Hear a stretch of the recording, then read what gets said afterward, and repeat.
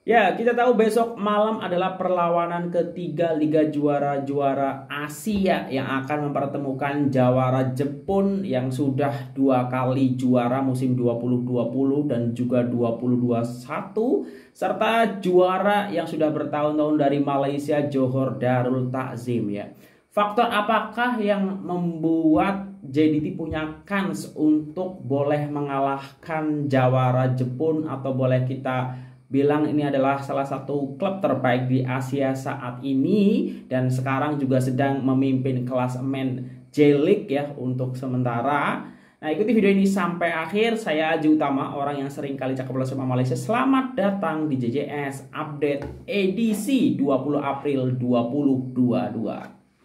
Assalamualaikum warahmatullahi wabarakatuh. Selamat pagi semuanya, teman-temanku di Malaysia ataupun Indonesia. Semoga sehat-sehat semua ya. Seperti biasa, kali ini aku buat konten atau video ini selepas sholat subuh ya. Dan ini udah mulai cerah ya. Ini jam setengah enaman lah kalau waktu Indonesia. Mungkin di Malaysia sekarang sudah setengah 7 ya. Udah mau beraktivitas ya. Oke. Kita tahu besok ini adalah perlawanan ketiga ya. Tentu saja ini vibe-vibe yang ditunggu oleh para penyokong Johor khususnya, karena ada wakil mereka di level tertinggi Asia yaitu Liga Champions Asia ya. Selepas kemarin ada euforia kemenangan atas pimpinan klasemen K-League yaitu Ulsan Hyundai. Nah, besok akan dihadapkan dengan momentum lagi untuk melawan juara bertahan J-League musim lepas yaitu Kawasaki Frontale ya. Sebenarnya Kawasaki Frontale ini cukup familiar dengan para penyokong bola sepak ASEAN, apalagi selepas awal musim kemarin Kawasaki Frontale ini mendatangkan player terbaik Asia Tenggara yaitu Chanatip Songkrates ya. Nah, sebelum itu apa yang membuat menurut saya JDT ini punya kesempatan atau punya kans ya untuk mengalahkan untuk mengalahkan pimpinan klasemen J-League saat ini sementara yaitu Kawasaki Frontale ya. Kawasaki Frontale sampai pekan ke-10 ini memimpin klasemen sementara dengan 20 mata ya. Di bawahnya ada Kashima Antlers. Walaupun Kashima Antlers masih satu perlawanan dengan 19 mata, tetapi overall memang secara keseluruhan sekarang Kawasaki Frontale sedang memimpin. Begitu juga dengan JDT sedang memimpin di Liga Malaysia. Nah, faktor-faktor apa saja menurut saya yang membuat ada kans ataupun chance buat JDT bisa memberikan kejutan ketika melawan Kawasaki Frontale. Yang pertama tentu faktor tuan rumah ya.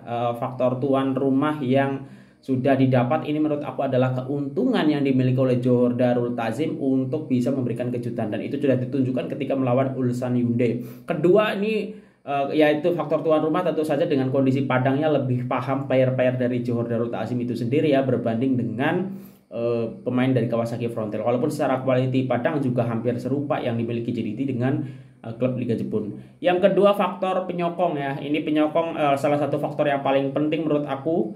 Ini aku boleh cakap ini player ke-12 ya. Dengan kehadiran JDT fan Boss yang memadati Stadium Sultan Ibrahim. Semoga besok lebih banyak lagi yang datang ke Stadium Sultan Ibrahim. Ya, mungkin kemarin ketika melawan Ulsan Hyundai karena hari Senin ya. Hari Isnin.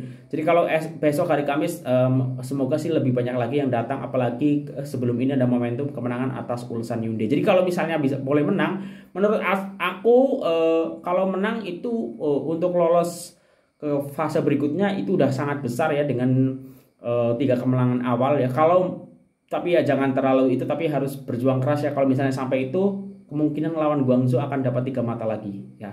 Jadi satu kemenangan lagi menurut aku dengan 12 mata, kalau misalnya nanti itu minimal untuk lolos itu jadi runner up itu sangat bisa.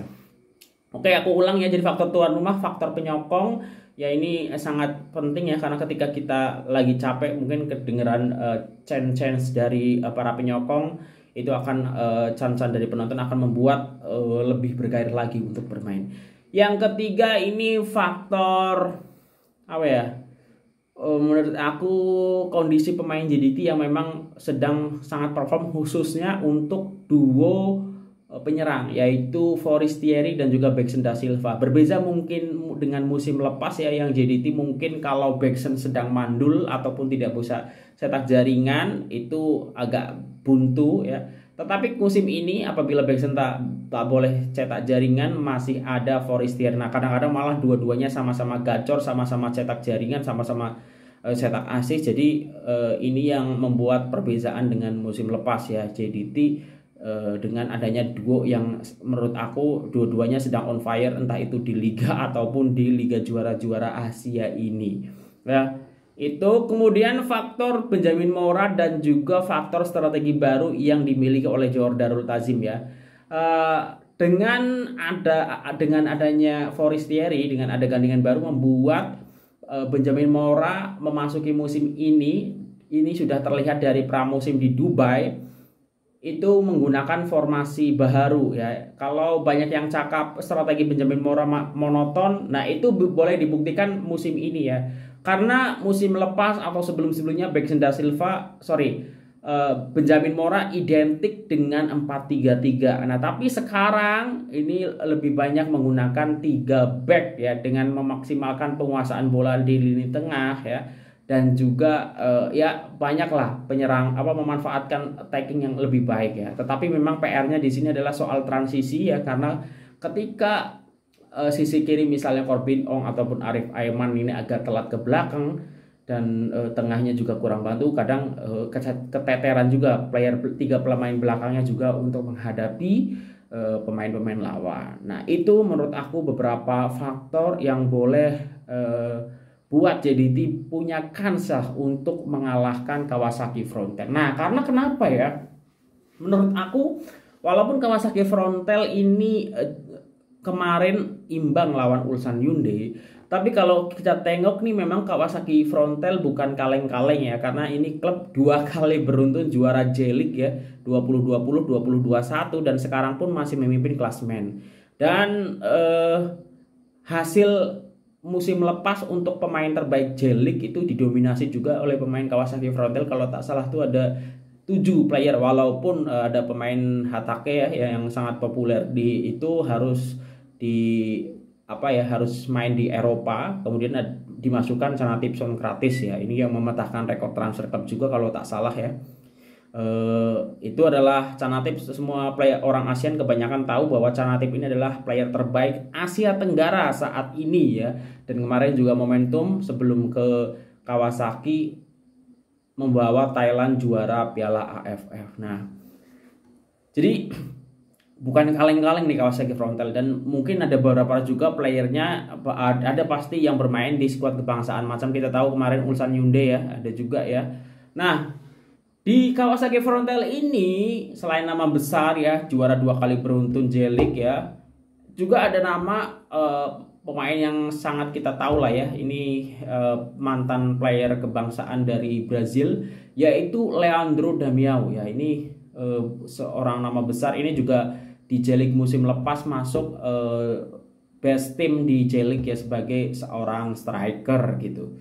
Jadi tak perlu diragukan lagi ya kualitas dari Kawasaki Frontale, teman-teman. Jadi kalau misalnya nanti ya, aku sih tak boleh bayangkan ya, ini momentum yang sangat baik untuk JDT misalnya boleh bisa tundukkan Kawasaki Frontale, yaitu pasti euforianya lebih dapat lagi ya. Ibaratnya juara J-League sudah disikat, juara K-League sudah dikalahkan, kemudian kalau boleh menang lawan Jawara Jepun ya, tentu ini pencapaian yang sangat bagus dan pasti akan dikenang juga ya oleh penyokong JDT, apalagi ditambah kalau sampai lolos ke fase berikutnya. Karena menurut aku sih untuk match lawan Guangzhou kemungkinan besar JDT akan menang ya. Dan yang menarik, kalau tak salah nih, untuk pencetak gol terbanyak Kawasaki Frontale adalah seorang pemain belakang ya, pemain belakang dari Kawasaki Frontale ya. Ini juga menarik, berarti ada potensi terjadi jaringan tak hanya dari sosok Leandro Damião saja. Oh ya, Chanatip juga kemarin ketika melawan Guangzhou FC sudah dimainkan dan cetak jaringan. Dan kalau berdasarkan perlawanan kemarin ya, matchday kedua Liga Juara-Juara Asia, banyak yang cakap di media sukan aku baca kebangkitan klub-klub Asia Tenggara, karena pada masa itu ada 3 klub Asia Tenggara yang berjaya termasuk JDT. Walaupun memang level lawan yang dihadapi juga ya sedikit berbeza ya, misalnya yang dihadapi oleh BG Patum ya dengan JDT ya, karena kita tahu lawannya ini kalau tak salah lawannya BG Patum itu ada di kasta kedua Liga Korea atau gimana, kalau tak salah sih macam itu ya. Tetapi sekali lagi dengan 3 kemenangan klub ASEAN ini tentu semua akan waspada. Begitu juga Kawasaki Frontale tidak akan menganggap sebelah mata JDT, apalagi selepas Ulsan Hyundai dikalahkan oleh Johor Darul Ta'zim dengan skor yang tipis yaitu 1-2, karena kita tahu Kawasaki Frontale sendiri itu kesulitan ketika menghadapi Ulsan Hyundai dan baru bisa menyamakan kedudukan di menit-menit akhir. Nah, ini menarik, aku tak sabar ya untuk menyaksikan perlawanan besok malam jam 9 waktu Indonesia, jam 10 berarti jam 10 ya waktu Malaysia ya kalau aku tak silap. Nah, itu menurut teman-teman orang-orang semua prediksi berapa untuk skor besok? Aku belum boleh prediksi karena aku agak berat juga ya lawan Kawasaki Frontale, tapi aku percaya ada kans untuk JDT untuk kembali mengejutkan bola sepak Asia. Menurut orang semua berapa skor? Sekali lagi tulis di kolom komentar. Terima kasih udah menonton. Kalau ada kesilapan aku mohon maaf. Sehat-sehat semuanya. Puasanya semoga lancar. Wassalamualaikum warahmatullahi wabarakatuh. Dah.